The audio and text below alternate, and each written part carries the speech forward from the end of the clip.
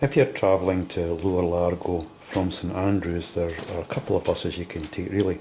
There's the 95, which does go around the coast, but it serves all the smaller places too, but it takes longer. The one I used was the X58 from St Andrews, but there are times where the X60 and the X62 will also do this. The X58, 60 and 62 also link through to Edinburgh, so if you were travelling from Edinburgh you could use these buses too. The X58 makes only one stop in Lower Largo, and it's here in Leven Road, and coming off the bus and returning a few yards, turn right into Crescent Road, and the route simply follows the road down the hill. This is the first sign I've seen for the coastal path. It's from where the bus let me off, just down the hill, and the path will then start here. This is the harbour in Lower Largo, and I came down this hill over here.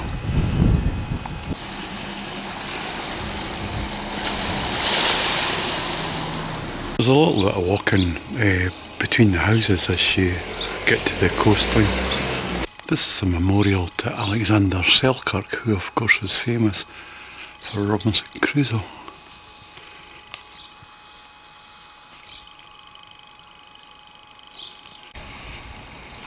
This board shows the route as far as Shell Bay, and it highlights a little bit in red where you can walk on the beach if the tide's low.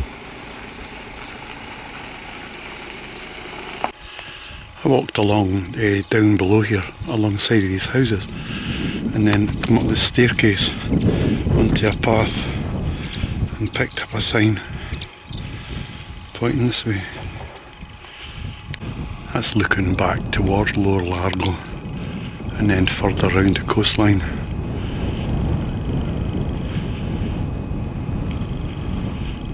Really looking south. Walking along this, what looks like an old railway, I now drop down these steps and continue along this way. There's a bit of a choice here.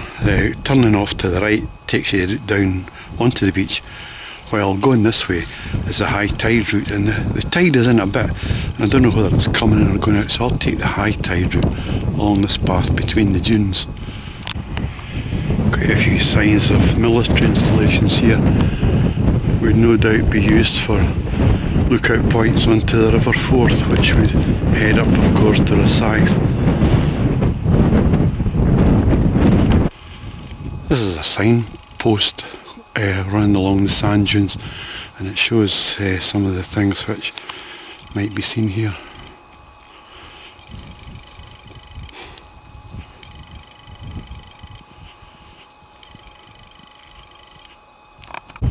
I've now been walking 1 hour since I got off the bus anyhow, and although I chose to walk the upper path along this section, it would be quite simple to walk along the sands. There's no real difficulties unless the tide was at its height. And now what do we have? At least somebody's cleared it up a little bit. Just back the way, there a shade, there's a branch in the path. If you cut left, you come along this path here. If you go straight ahead, you come out this way. But you have to come over this way anyway to get across this bridge here. So it won't matter which branch you take. This is Ruddens Point. This is the point you see as you start the walk from Lower Largo.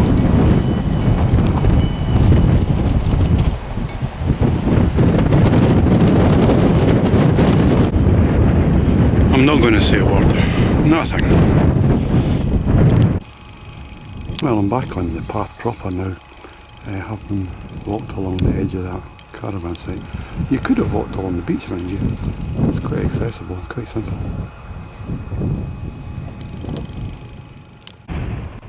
The views from here are really quite spectacular.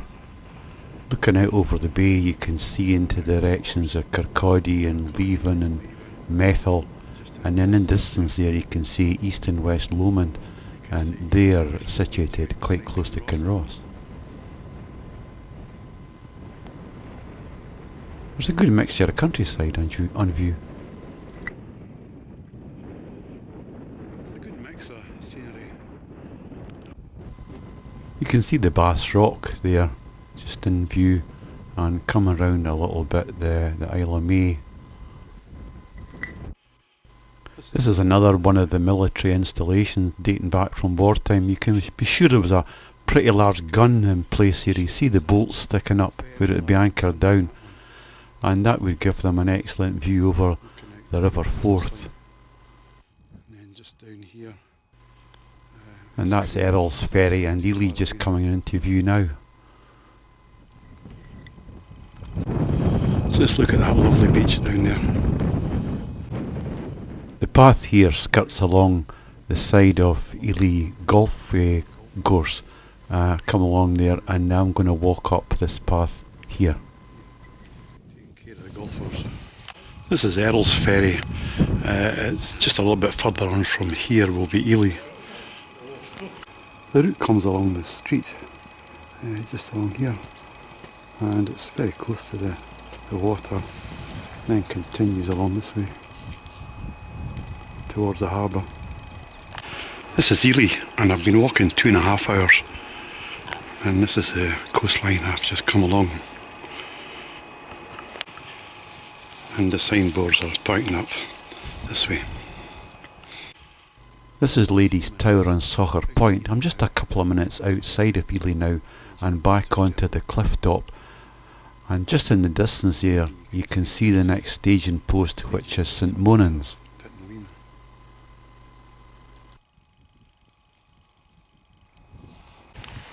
Another handy little escape route if you've had enough.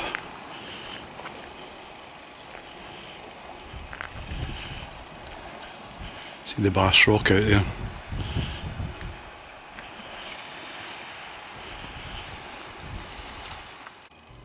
Those are the remains of New York Castle. I've been walking for just over 3 hours now, and I'm 9 miles in, heading for St Monans.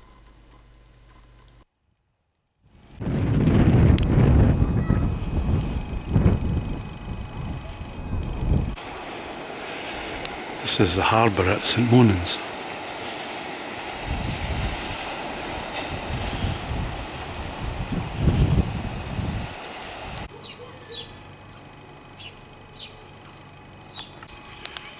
It's quite an attractive little harbour.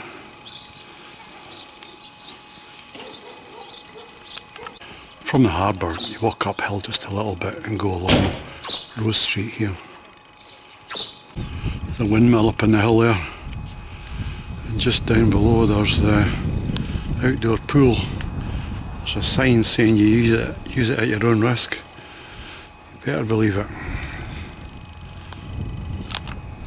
These are remains of the pan houses just beside St Monans. This is where they used to pan for salt. Now arriving in Pittenweem.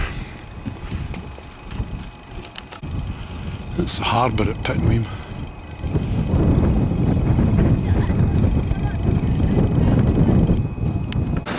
This is the harbour in Pittenweem. Quite a few boats in here too.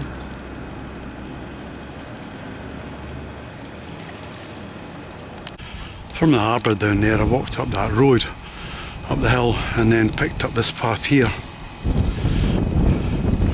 which takes me over this way. You can just see the western side of Anstruther over there, and the path follows this signpost down the hill.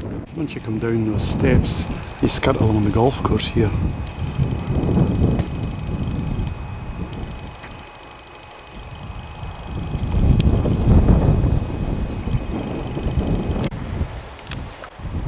Quite good views of the Isle of May here.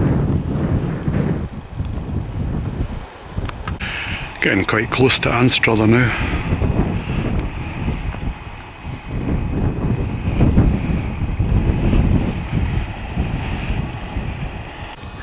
From the edge of the water there's a little walk up between the houses, but it's quite well signposted over here.